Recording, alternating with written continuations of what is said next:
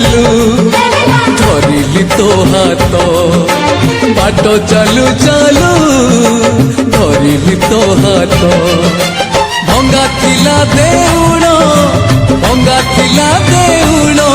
आज लागी गला ने तो।